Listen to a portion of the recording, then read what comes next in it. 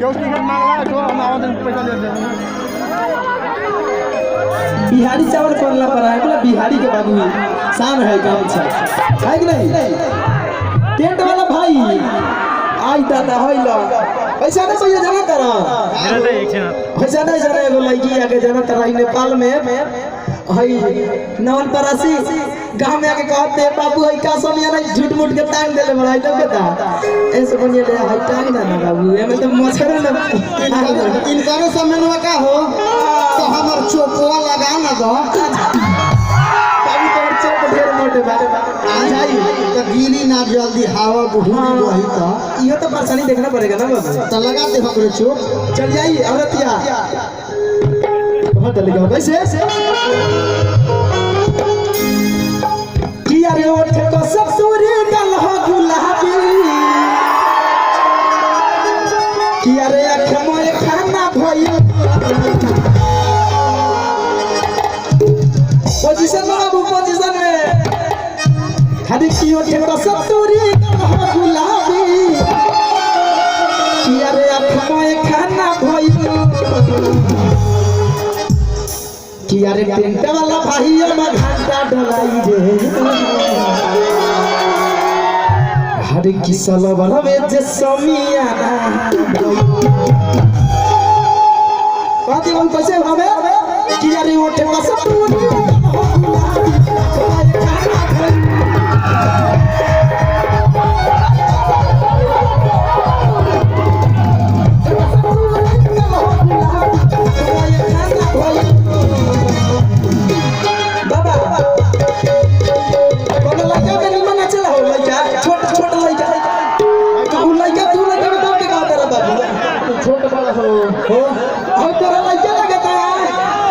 भाई भाई अब साड़ी भाई हम खुद ने छोड़ भाई की साड़ी भाई मिल गए ना अब ये अभी लइके न हवा हां दू लगे बाप लइके न बड़ा लइके हवा लइके मारी आई बा अरे सिंगा में भूला गला बाबू मेला में भूला रहा मेला में ई त हमरे मेला हो अच्छा ई तारे मेला हां देखो ता नहीं का नाम बोली भैया हमारा अजय नाम बा पसंद ही पसंद ही एकदम झकास ए भाई है नारायणी में फान जइबो तो ई कल जइबो माने उनका में डूबबो तो नाही करबो इनका समझ नहीं हां क्या बात है और एकरा का कोई नहीं क्या चला ये अब बाबू आइए कहीं करे तोरे कला से बाबू ये रख दे ढेर मत हुआ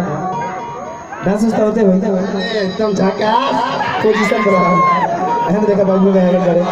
एकरा का कौन देला भाई क्या बुझाई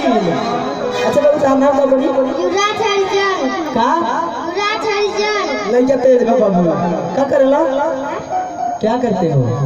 पढ़ता हूँ अच्छा पढ़ते हो क्या बात है कौन क्लास में पढ़े बाबू किस प्राइवेट में कि सरकारी में ओडी में क्या बोले हो यूकेजी में अगर यूकेजी में अगर लड़का प्राप्त कर बुझे के बोले लड़का ही प्राइवेट है प्राइवेट है ना हुआ सरकारी तो ना होगा तो घर में पापा जी का नाम पड़ी संतोष हरिजन अमाई के मंजू हरिजन काती फेर से बोला मंजू हरिजन आ मौसी के आए आए आए कौनो काम नहीं थे कोदो के चलो उसी के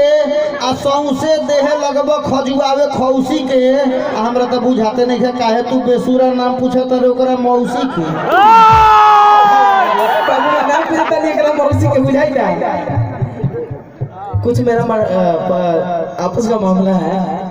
मौसी का नाम ना बता लगा नहीं था अच्छा नहीं था है नहीं था इल्ला पता हो गया मौसी मौसी इल्ला पता बड़ी नहीं चलो कौन बात है नाचे आवेला ना हैं नाचे आवेला पहले का टेस्ट हो ना बाबू एगो जोखा पहा धरा एगो लीटर पहा धरा हो गई हो गया चला बता क्या बात है लड़का बहुत तेज बाबू शादी करोगे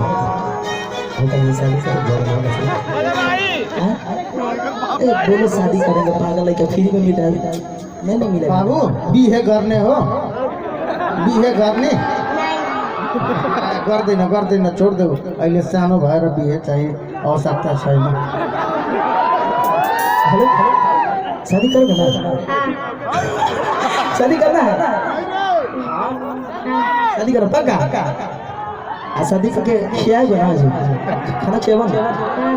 को टाइम 2 टाइम की 3 टाइम हाय 2 टाइम नहीं खिलाइए एक टाइम में कर बाबूजी खिलाइए का हो चलो अभी शादी हो गई है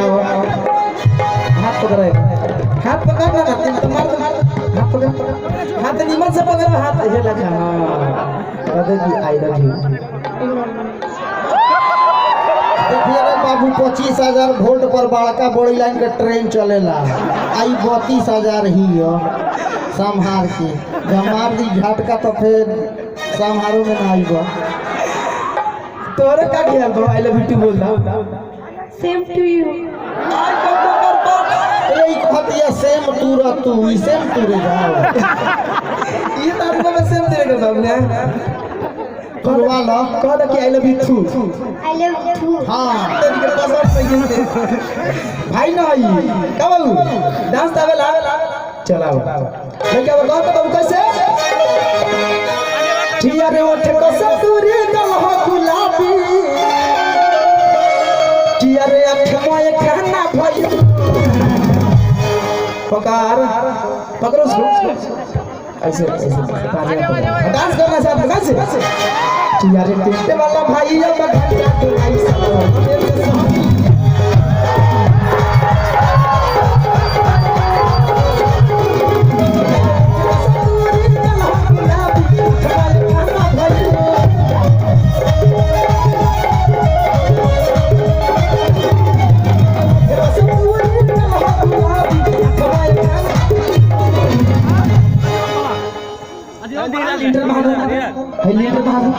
आई फिजिशियन वहां घर पर अपन कैसे कि अरे वो ठेका सब पूरी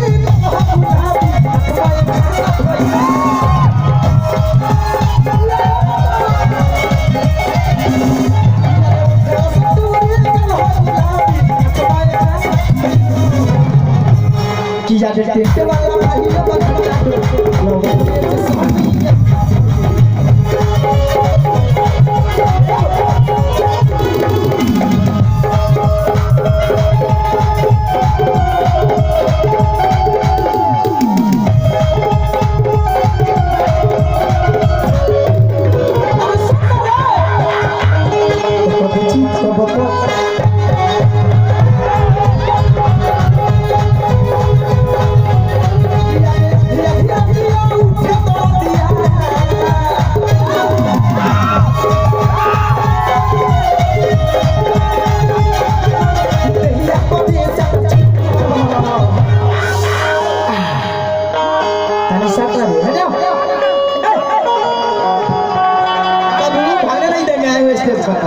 भगले में भलाई बा अभी 12 दिन के ऊपर जीवन बा कैरियर बर्बाद मत करो लोग